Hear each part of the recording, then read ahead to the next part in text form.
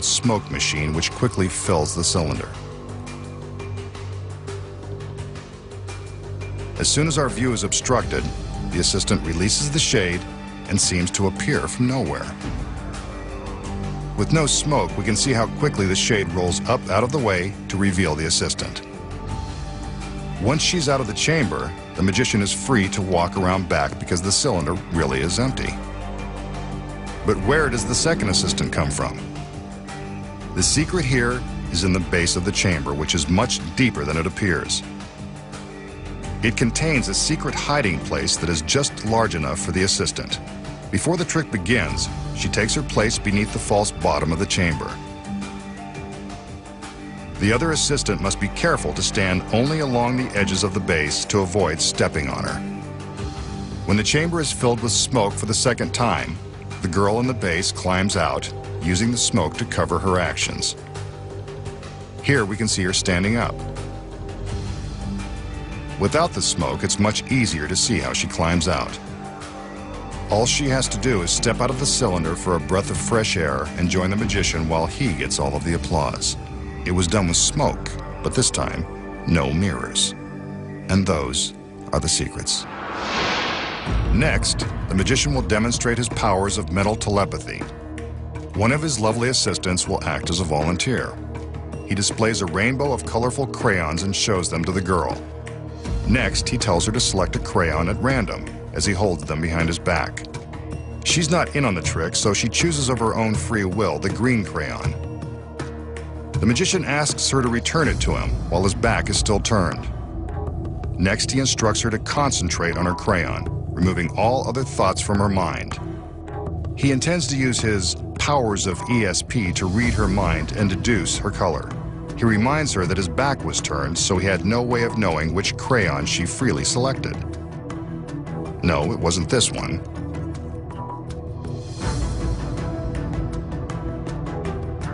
Or this one. But it was this one, wasn't it? Pretty tricky, and it was all using the power of his mind. Or was it? So how does the magician determine which crayon his volunteer chose? Of course, it has nothing to do with ESP. Here are the secrets. When the trick begins, he displays a handful of assorted crayons. They're all ordinary and unprepared. He asks the volunteer to select one at random, and it really is her free choice. She returns the crayon to the magician's hand, and he turns back around, keeping the crayons behind him. This is when the magic takes place. While the crayons are hidden from view, he uses the chosen color to secretly mark his thumbnail, then reunites it with the others. When he gestures with his empty hand, he sneaks a peek at the color on his nail. From his point of view, it's easy to see the chosen color, a green thumb. Then he does a little acting to make it look like he's trying to determine which of the crayons she selected. But he knows which is hers the minute he sees his thumb. It's a trick you can use on your friends, now that you know the secrets. Coming up next, the secrets to the most impossible illusion of all time, as the magician and his assistants come and go through the door to nowhere. Then, the magician faces down stainless steel blades and loses his stomach. Plus, something goes horribly wrong when an assistant is impaled on an iron spike. Here's an illusion that would baffle even the most brilliant problem solvers and skeptics in the crowd. It uses this ornate door in a very ornate frame. The magician wants us to get a good look at the door from both sides. As we can see, it sits in the middle of the otherwise empty warehouse. Nothing and no one can be seen anywhere near the door. Also note that this is one continuous camera shot. There are no cuts and no editing tricks of any kind.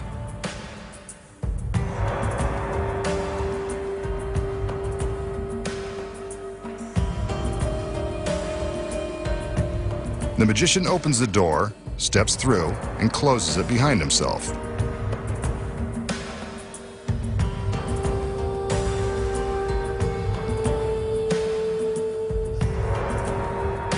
The camera travels to the other side, and he's gone. Completely vanished. An impossible trick.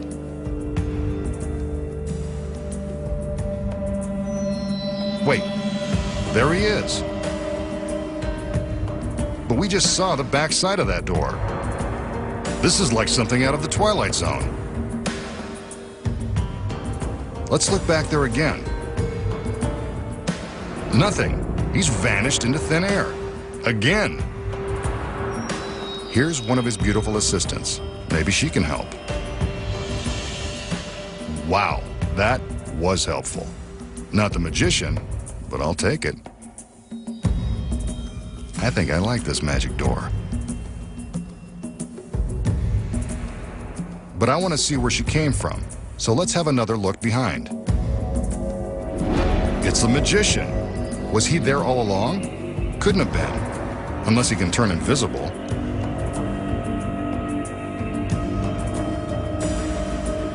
He steps back through and we can see that this is the same door, same continuous camera shot, and no tricky editing. I'd want to be on this side with the girls if I were him, too. He opens the door, and two more join the party. Where can I get one of these from my house?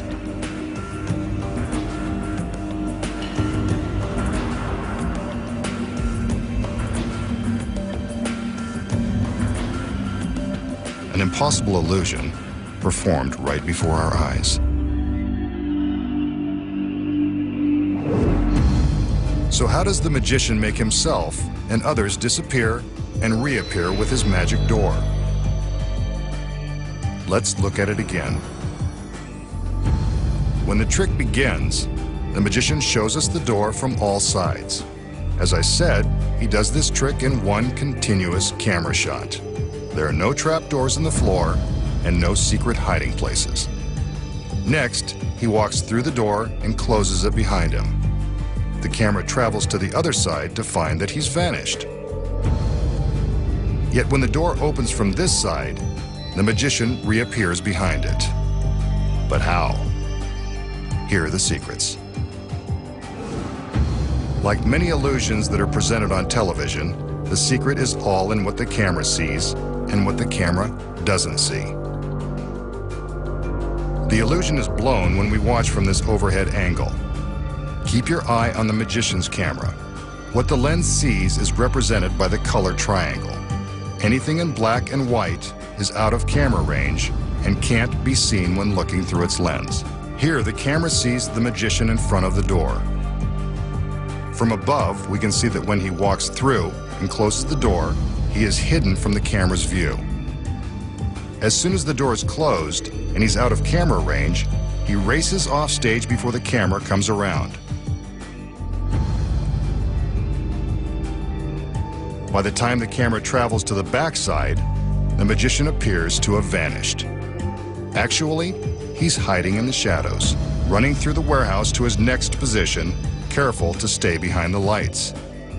But if he's off stage, how does he reappear behind the door so quickly? He doesn't. It's his body double. Looks just like him. Sort of. Well, the costumes are the same. As the camera is traveling to the back side of the door, the double is running toward it in a straight line. The camera can't see him until he opens the door. It looks as though the magician has appeared. Then the double closes the door and he races off stage at an angle, creating the illusion that the magician has vanished again.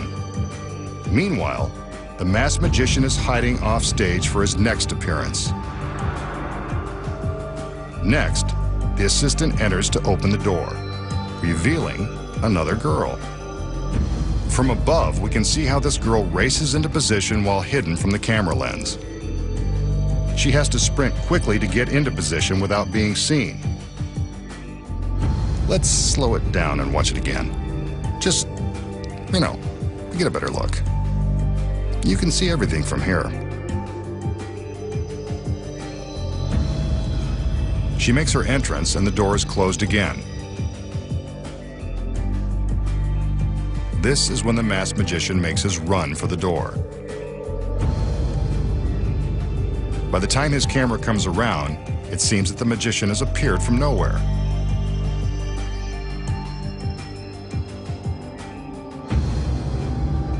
He then walks back through the door, closing it for just a moment. This is when the last two assistants race in from offstage. This must be how they stay in such good shape. The magician has them running all over the place. They arrive just in time for him to open the door and welcome them to the club. The carefully choreographed illusion is complete, and now you know how it's done. Up next, the magician shows you how his stomach magically disappears after he's sliced in 3. And then, a simple balancing act goes bad when a beautiful woman is speared by a spike. Here's an illusion that dates back to the early 1900s. There are photos of Houdini's contemporaries like Howard Thurston performing the original version of this classic trick. The magician shows us an oddly shaped cabinet. He walks around to give us the view from all sides. It looks just large enough to contain a human being.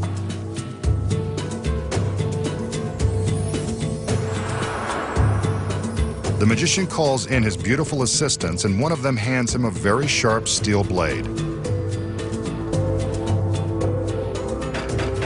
Seems solid enough.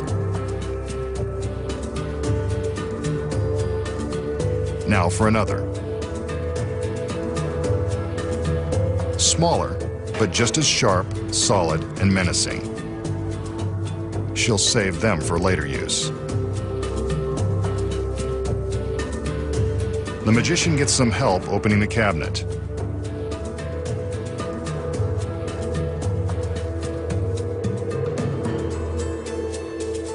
We can pretty much imagine what's going to happen next. Well, there's a switch. Instead of one of the girls, the magician has climbed inside. An assistant secures his neck with a steel strap. Next, a metal bar is lowered and 2 steel plates secure his legs. They really don't want him to escape. The doors in front of his head are closed, along with the main doors of the cabinet. The assistants now rotate the box so that we can see that the magician has not sneaked out through the back.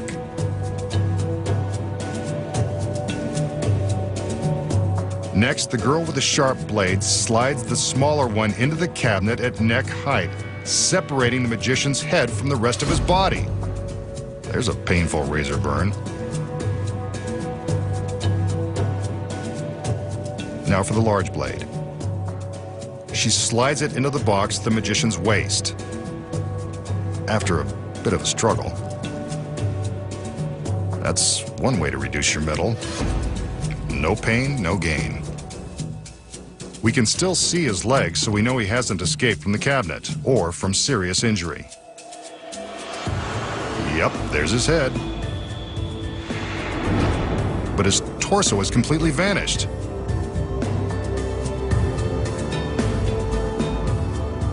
The girls open the doors on each side, and now the back.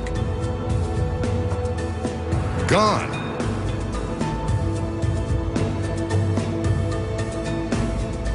His legs are still there, no middle. Then his head. Looks like only part of him got out in time.